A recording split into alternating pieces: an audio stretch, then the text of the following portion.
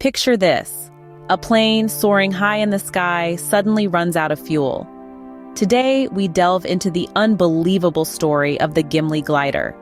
This is a tale of a riveting mid-air crisis, born from a simple miscalculation that led to a fuel shortage and the quick thinking of a pilot that turned a potential disaster into a miracle.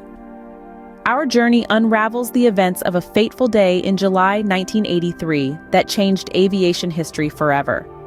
Strap in as we take you back to that fateful day in July 1983. Air Canada Flight 143, a seemingly routine flight, took off from Montreal bound for Edmonton. It was a day like any other, the sun shining brightly and the passengers settling in for what they hoped would be an uneventful journey. However, unbeknownst to them, a miscalculation had been made during the fueling process. The ground crew, following their usual procedures, had made a conversion error between pounds and kilograms. This mistake led to the plane being filled with approximately half the amount of fuel necessary for the journey. In the cockpit, the experienced crew, led by Captain Robert Pearson and First Officer Maurice Quintal, had no reason to suspect anything was amiss. The gauges showed a full tank, and all systems seemed to be operating normally. However, as we'll soon discover, appearances can be deceiving. What seemed like a minor error would soon turn into a potential disaster. High above the ground, the plane's fuel ran out, leaving the passengers and crew in an unthinkable situation. Imagine, if you will, cruising at an altitude of 41,000 feet, the world a patchwork quilt of land and sea beneath you, when suddenly your plane runs out of fuel. Yes, you heard that right.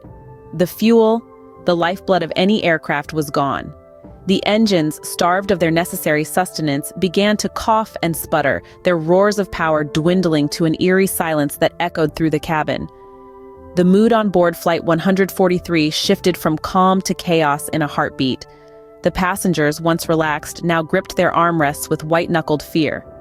The crew, trained for many contingencies but never for a situation like this, grappled with the reality of their predicament. The cockpit, usually a hub of controlled activity, was now a scene of frantic troubleshooting.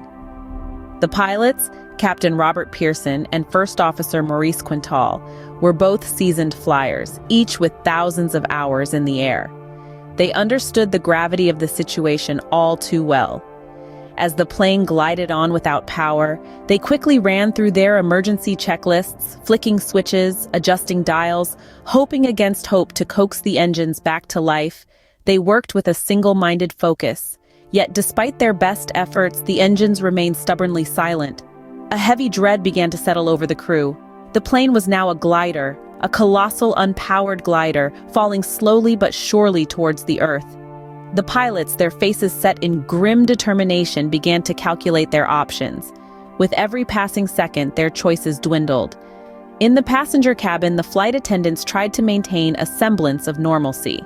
They reassured the passengers, their voices a soothing balm against the rising tide of panic. They knew, as did the pilots, that they were in a race against time, a race they had to win. With no power and no options, the crew had to think fast. This was a situation where quick thinking and decisive action could make the difference between life and death. As the plane continued its silent descent, the world watched, holding its breath, praying for a miracle.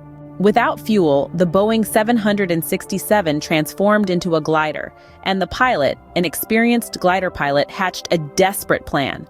The pilot, Captain Robert Pearson, knew he had to think fast. The plane was descending at an alarming rate, and he had to find a way to land safely. Pearson's plan was daring, to say the least. He decided to glide the plane to the nearest airfield.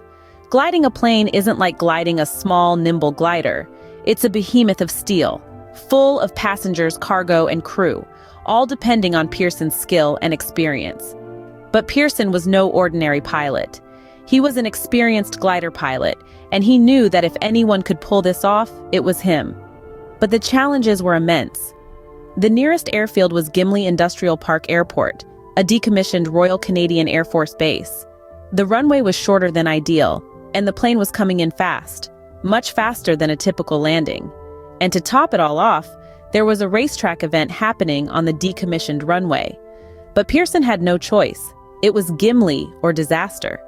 Back in the cabin, the crew was working hard to keep the passengers calm. They had been trained for emergencies, but nothing like this. They knew the odds were against them, but they also knew that panic would only make things worse.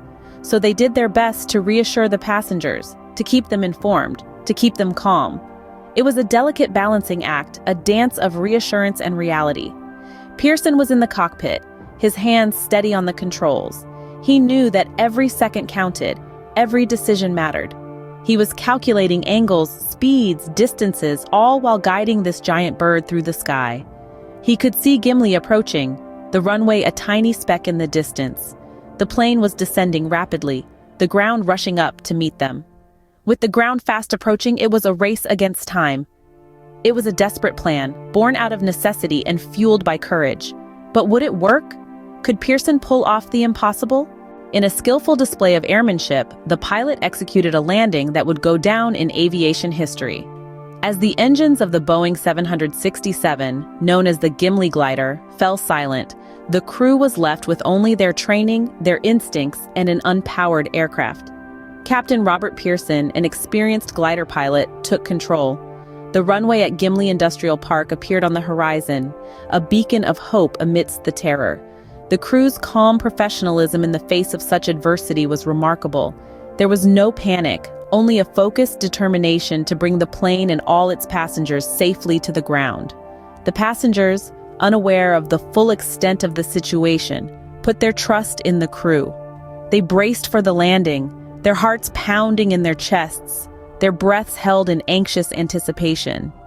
As Pearson maneuvered the plane for its final approach, he faced a new challenge. The runway, once used by the Royal Canadian Air Force, had been converted into a motor racing circuit. Undeterred, Pearson executed a side-slip maneuver, a common technique in glider flying but rarely used in commercial airliners, to increase the rate of descent without increasing speed. The plane touched down. The landing gear scraped the tarmac, sparks flying, before the plane came to a halt. There was a moment of stunned silence before the cabin erupted in relieved applause. Against all odds, they had made it. The Gimli Glider had landed. The immediate aftermath was a flurry of activity. Emergency services rushed to the scene, preparing for the worst. But remarkably, there were no serious injuries. The crew and passengers disembarked, their feet once more on solid ground, their faces reflecting a mix of relief, shock, and disbelief. In the end, it was a combination of skill, experience, and a dash of luck that led to this miracle landing. It underscored the importance of pilot training and the inherent value of a calm demeanor in crisis situations. Against all odds, the Gimli Glider had landed, with no loss of life. The Gimli Glider incident sparked a flurry of changes in the aviation world. It was a wake-up call, a stark reminder of the fragility of human error and the potential consequences it could have. In the aftermath of this nerve-wracking incident, the aviation industry took a long, hard look at its procedures and regulations. The incident underscored the importance of double-checking calculations, particularly when it came to fuel load.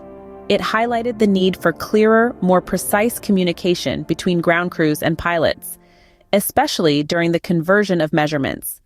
It was an event that shook the aviation world to its core, leading to significant changes in safety regulations. In the aftermath, airlines across the globe tightened their safety protocols. They introduced more rigorous checks and balances to prevent such an incident from happening again. Training was ramped up, with a greater emphasis on simulating real-life emergency scenarios, like the one faced by the crew of Flight 143. The pilot, Captain Robert Pearson, and co-pilot Maurice Quintal were hailed as heroes. Their quick thinking, calm under pressure, and extraordinary skill were recognized by the aviation community. Pearson was awarded the first-ever Fédération Aéronautique Internationale diploma for outstanding airmanship. Both pilots were also honored with the award for outstanding flight safety achievement. But the legacy of the Gimli Glider goes beyond changes in aviation rules and awards. It's a story that has been etched in the annals of aviation history. The Gimli Glider, a Boeing 767, became a symbol of resilience, of the incredible things that can be achieved in the face of adversity. It's a story that continues to inspire pilots and the aviation community. The aircraft itself served Air Canada for several more years before it was finally retired in 2008. Today, it stands as a monument, a reminder of the day when disaster was averted in the sky. The Gimli Glider incident, a tale of disaster averted, remains a testament to the power of quick thinking and experience. It's a story that underscores the importance of preparedness, of having the right skills and the right mindset to navigate through a crisis. It's a story of a near-disaster turned miracle, a story that continues to resonate in the world of aviation, reminding us all of the incredible resilience of the human spirit.